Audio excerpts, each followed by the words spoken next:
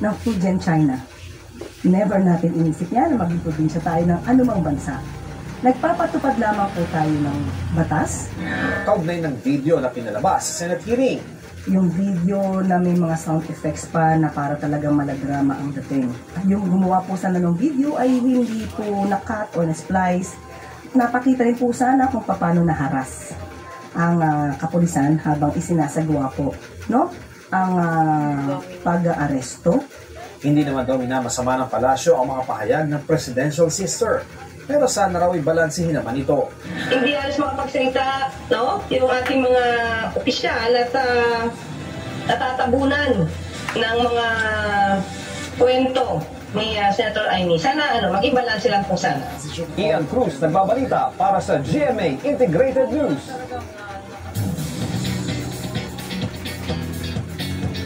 Thank God it's Friday na, mga mare at pare.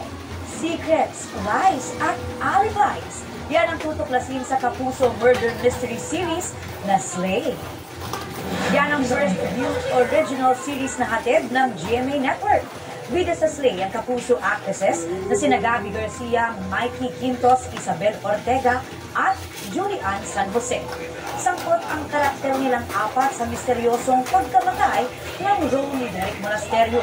Makakasama rin sa hulaan sina Royce Cabrera, Gil Cuerva, Nicky Go at Jane Ortega. Streaming na ngayon ng Slay sa View Philippines at mapapanood na rin yan sa GMA Prime simula sa Lunes, 9:45 p.m. Para sa Global Pinoy, pwedeng mapanood ang serye sa GMA Pinoy TV. Nag-uusap ang babaeng guro at isang estudyante niya sa isang eskwelahan sa Pototan, Iloilo. Dinuro-dulo ng guro ang estudyante hanggang sa sinabunutan na. Ayon sa ilan ng estudyante, inutusan ng guro ang kanyang anak na lagyan ng bato ang isang trabaho. Pero hinagis daw ng estudyante ng bato kaya nagkapira-pira sa ito at tumama sa mata ng guro na kanyang itinagalit. Tumanging humarap sa kamera ang principal ng paaralan pero sabi niya, humingi na ng tawad ang guro. Distance learning muna ang estudyante dahil nahihiya raw isigido naman ng estudyante. Tumanging magbigay ng pahayag ang guro. Ang DepEd Schools Division ng Iloilo ipinabalik sa paaralan ang ulat tungkol sa pangyayari dahil may mga kulang daw na detalye. Wala mang bagyo o low pressure area, uulanin pa rin po ng gusto ang ilang bahagi ng bansa ngayong weekend.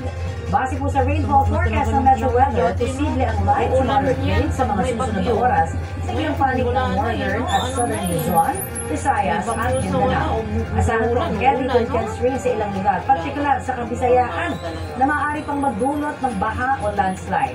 Ilang bahagi pa rin po ng southern Luzon, Visayas at Mindanao ang uulanin pa rin bukas at sa linggo. Mababa naman ang chance ng ulan dito sa Metro Manila ngayong weekend. Ayon sa Pag-asa, shear line ang nagpapaulan sa Visayas at ilang panig ng Bicol at Caraga Region.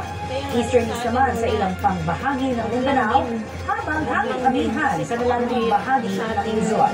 Sa kabila po ng ulan, patuloy ang mararanasang init at alinsangan sa ilan namang lugar. Posibleng umabot sa extreme caution level ang heat index na 41 degrees Celsius sa Zamboanga at Cotabato City. 40 degrees Celsius naman sa Tipolo, Zamboanga del Norte. Habang dito po sa Metro Manila, 33 hanggang 34 degrees Celsius ang heat index na asahan ngayong araw. Ito ang GMA Regional TV News. May init na balita tayo sa Visayas at Mindanao kasama ang GMA Regional TV. Dalawang beses pinauban ng isang lalaki ang isang simbahan sa Cebu City. Ano pa lang? Kasi ano mga nangyayari? Tinarget ng nahuli kang nakawatan ang mga mikropono sa loob ng simbahan. Kita sa CCTV ang pagpasok ng lalaki sa Lorenzo Ruiz Parish sa Barangay Pisa dito sa Cebu City. Nagpunta siya sa bandang itaas kung saan pumupwesto ang choir at saka kinuha ang dalawang mic. Pagkatapos nito, nakuha pa niyang pumunta sa altar para mag-antala o sign of the cross. Ilang araw bago ang nahuli kam na insidente, nauna nang ninakaw ang dalawa ring mikropono ng simbahan. Ayon sa isang choir member, laging may bukas na pinto sa simbahan para sa mga gustong magdasal. Hindi pa rin daw inire-report sa pulisya ang mga insidente. Umaasa kasi ang pamunuan ng simbahan na ibabalik ang mga mic ng kawatan o nang nakabili nito. Update naman tayo sa utos ng Department of Transportation tungkol po sa toll sa North Luzon Expressway. May ulat on the spot si Joseph Moro. Joseph? Salamin nga salamin ganito. Libre ang toll Kaya sa man nga, bahagi ng hinakbot North ko Luzon Expressway na apektado ng nasirang tulay sa Marilao, Bulacan. Yan ang utos ni Transportation Secretary Vince Dizon sa NLEX dahil sa permission dulot ng aksidente. Oras pa lang binubugot ng mga motorista dahil sa nasirang tulay sa Marilao at hindi raw katanggap-tanggap na 2 linggo pa nga abutin para makumpuni ito. Kaya naman bukod sa utos na ilibre ang toll, inutusan din ng DOTR ang NLEX na gawin 1 linggo na lamang ang pagkukumpuni ng tulay. Pinagpapaliwanag din ng NLEX kung bakit pinayagang dumaan ang sobrang taas na truck. Ganon din yung driver at kumpanya ng truck kung bakit naman ito dumaan doon. Pinadagdagan din ng DOTR ng lane na pwedeng dumaan ang mga motorista. Sa ibang balita naman po, nagharap at patuloy nang nag-uusap ngayon sina Dizon, LTFRB Chairman Atty. Choky Leguaris III at ang Transport Group na Piston para pag-usapan ang PUV Modernization Program. Pinag-uusapan ngayon ng DOTR at ang grupo ang kahihinat na ng programa na hinihiling ng grupo na ibasura na. Sa kaugnay na balita naman po na nawagan din si Dizon sa isa pang transport group na Manibela na huwag lang ituloy ang 3 araw na transport strike simula sa Lunes. Dati na raw nakiusap si Dizon sa grupo pero hindi raw ito tumalima. Pakiusap na lamang ni Dizon na huwag magtulot ang perwisyo ang mga jeepney driver na susali sa kilis protesta sa kapwa nila mga driver at sa mga motorista sa Lunes. Patuloy naman natin hihinga ng pahayagang NLEX tungkol sa ulit na yan ng Secretary Dizon. Bonnie? Maraming salamat, Joseph Moro. May job fair po ngayon ang Department of Migrant Workers sa isang mall sa Quezon City bilang pagdiriwang ng 2025 National Women's Month. Detalye niyan sa ulat on the spot ni JP Soriano. JP? Connie, nasa 3,470 na trabaho ang inaalok na mula sa 13 licensed at accredited recruitment agencies ng DMW at dito nga po yan sa isang mall sa Quezon City. Yung mga nag-a-apply po rito ay nagdanais po na makapagtrabaho sa mga bansang gaya ng Saudi Arabia, Oman, UAE, Hungary, Taiwan at iba pa. Sila po yung mga naghahanap ng manggagawa para sa kanilang mga hotel industry, hospitals. Naghahanap din ng caregivers, skilled workers gaya sa manufacturing, factory workers, mga babaeng manggagawa para sa cruise ships at may mga opening din para sa mga beautician na pwedeng magtrabaho sa mga salons, nail spa at iba pa sa Middle East. Halos 3,000 aplikante ang nagpa-pre-registered, Connie, pero may mga humahabol pa. Ang mga paulang sahod po para sa mga matatanggap na aplikante may tuturing daw na competitive ayon sa DMW. Halimbawa raw, yung mga nurses sa Middle East na nasa 5,000 real o mahigit 72,000 pesos kada buwan ng sahod. Ang mga factory workers naman sa Taiwan ay maaaring kumita ng 60,000 pesos pataas. Pero syempre hindi pa kasama doon mga benefits at paalala po, Connie, mga kapuso ng DMW, tanging sa mga licensed recruitment agencies nang mag-apply, makikita po ito sa website ng DMW. At huwag pong papatol sa mga trabahong inaalok sa social media. At yan muna ang latest, balik muna sa iyo, Connie. Maraming salamat, JP Soriano. National Criminal Court is now in session. Rodrigo Duterte.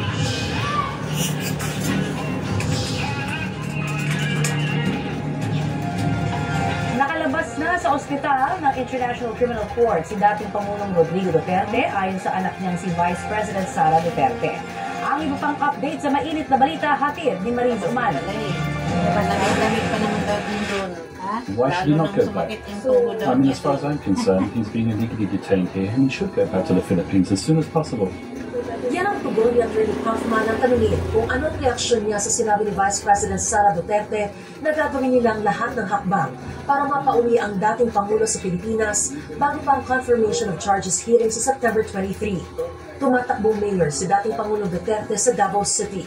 As a resident of Davao City, gusto ko talaga i-demand na, kasi buboto ko sa kanya, and paniwala ko naman mananalo talaga siya kasi base sa mga surveys namin, napakalayo niya doon sa kalaban niya. No?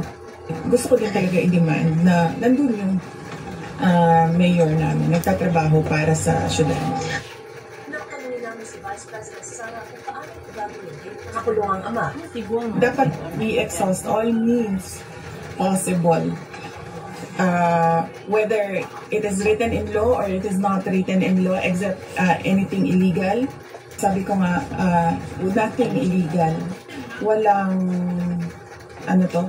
nakalagay sa batas na pwede mag-revolution. Nang tanungin kung hihilingin nila ang libreng assistance o serbisyo ng OPCD o Office of Public Counsel for the Defense. There's no need for the OPCD. I think that's the unit you're referring to. But they're a very important unit at this court. What I can say that there are many supporters who I'm sure would gladly give out of their own pockets to ensure that the former president will return to the Philippines as soon as possible. Sa ikatlong pagbisita ni Vice President Duterte sa ama sa Scriveningen Prison, sinabi niyang nailipat na sa regular na detention cell sa dating Pangulong Rodrigo Duterte. Wala na raw siya sa hospital part ng pasilidad. Oo, nakalabas na siya sa hospital, pero may access pa rin siya sa nurses and doctors 24 hours. Na-meet ko yung dalawang nurse niya. Nag-check ng blood sugar niya yung isa. Kamusta raw po? Yung isa yun yung nagsundo sa kanya. Yung blood pressure and all the vital signs. Blood sugar yung chinek. 4 times a day daw yung checking ng blood sugar niya. Darating din daw dito ang kanyang ina si Elizabeth Zimmerman para dumalo sa dating Pangulo. Madalas kami.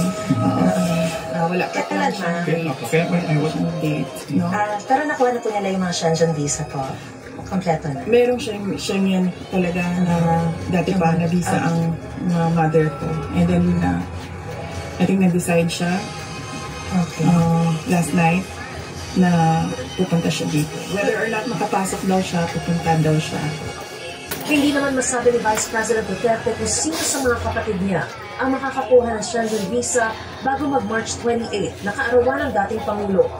Pampalipas oras daw ng dating Pangulo ang panonood ng TV. Tinanong ko lang siya ano yung ginagawa mo sa loob, and then he said na nanonood ako ng TV kasi may TV, may access sila sa TV. Nag-request siya ng dental floss. So, sabi ko doon sa nurse, paano kami makabigay ng dental floss sa kanya. So, apparently, merong tindahan doon sa loob na pwede silang bumili, i-charge lang sa account nila. So, isa yun sa mga kailangan kasi sabi ng gano'n is a nice na. Sabi ko, it's more than nice. Dumating na rin dito ang isa pang foreign lawyer para makausap at ma-interview ni Vice President Duterte para maging bahagi ng defense team bilang co-counsel. Kinumpirma naman ni dating presidential spokesperson Harry Roque na nag-apply na siya ng political asylum dito sa the Netherlands.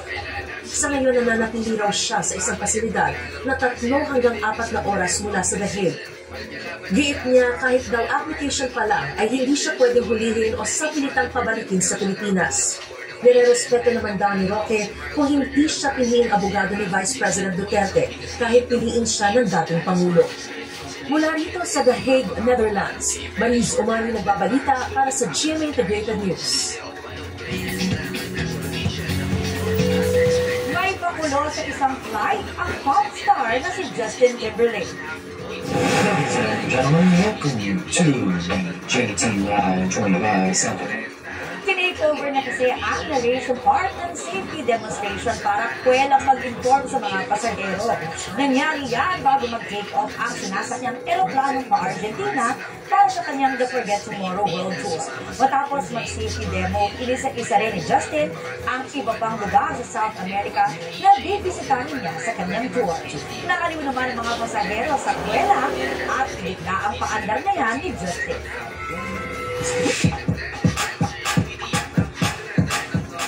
Kung sa Pilipinas, kapag mainit mall ang galaan, sa Finland naman may sauna. Pero ibahin natin ang pakulurian dahil ang sauna malakarousel experience daw. Abay for the go para sa relaxation. Ito na nga, yan po yung mga sauna na itinayo sa gitna ng isang tila ice carousel sa nagyayalong lawa sa Tampere, Finland. Ang paandar na yan, double purpose. Mag-relax ka na, mag-enjoy ka pa dyan. At habang nagpapapawis ka kasi sa mainit na steam sa loob ng sauna, kumiikot-ikot naman ang ice carousel na kinatatayuan ng dalawang sauna tents. Isa lang yan sa 80 ice carousel na gawa ng lalaking record holder para sa pinakamalaking ice carousel sa mundo. Wow! Ay, na-ignore. At ito po ang balitang happy weekend po sa ating lahat. Bahagi po kami ng mas malaking misyon. Ako po si Connie Sisa. Ikot sa bayan. Mula sa GMA Integrated News, ang News Authority ng Pilipinas.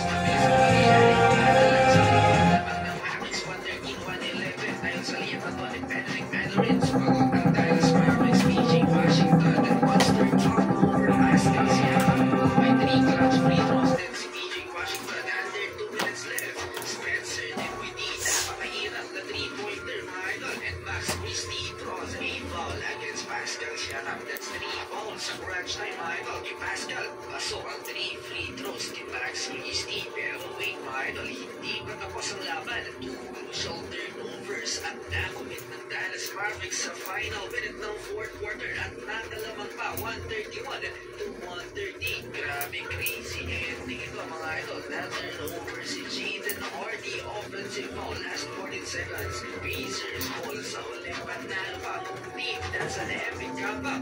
So mukhang babalik next week si Anthony Davis mga idol for the Dallas Mavericks. Ayon kay T. McMahon ng ESPN. Steadfast with his determination to want to return the season maybe as soon as next week. As soon as next week, ang magbabalik daw ni AD almost 1.5 months since ma-injured mga idol. Ang decision ito ay hindi sa franchise, hindi kay Anthony Davis. Gusto na lang ipagpahinga mga idol ng organization. Itong si Anthony Davis and be ready for the next season. Mukhang affected yata si AD ng narrative na worst trade yung nangyari mga idol between him and Luka Doncic. Dahil as we all know, maganda ang performance ngayon ni Luka Doncic sa Lakers, and yet si Anthony Davis injured. Spotlight is totally gone for Dallas Mavericks. At malamang sa malamang gustong magbigay ingay itong si Anthony Davis with or without Kyrie Irving. Malaking sugal ito for Anthony Davis, lalo na't hindi na rin naman umaasa mga fans. May franchise na makapasok pa sila sa postseason. There's a big chance or probability na muling bumalik yung injury ni Anthony Davis. Kapag naman sana dahil masyadong minamadali ang kanyang pagbabalik sa Larry Mary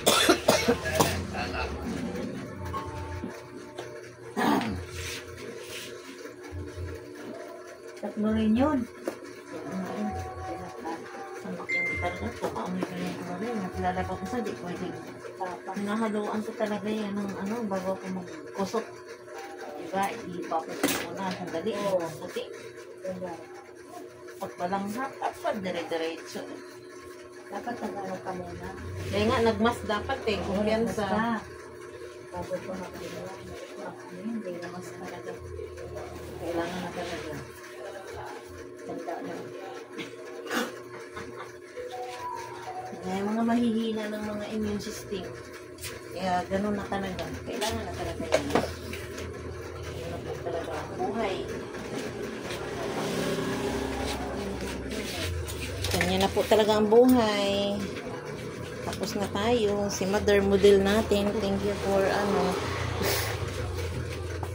modeling.